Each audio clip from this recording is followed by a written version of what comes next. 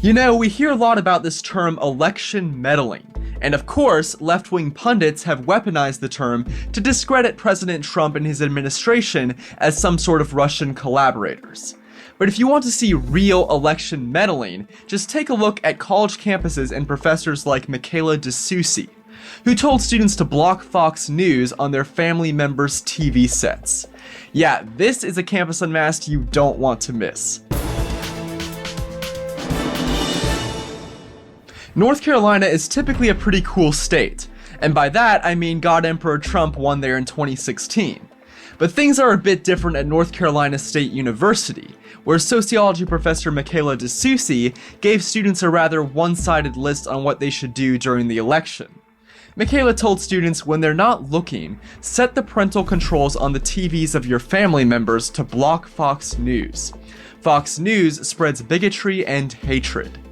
She justified this by claiming that on the day of the Pittsburgh synagogue shooting, Fox had on someone who used anti-Semitic dog whistles.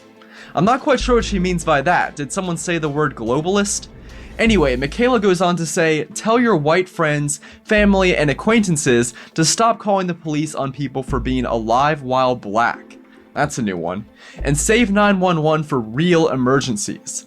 Given what we know about implicit bias and the rate of racist police encounters that end up with a black person getting killed, these ridiculous 911 calls need to stop immediately.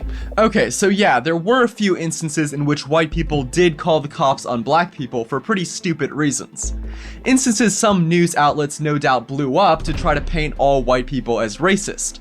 But what do we know about implicit bias, Michaela? What is the rate of racist police encounters? Something tells me you might be using alternative facts.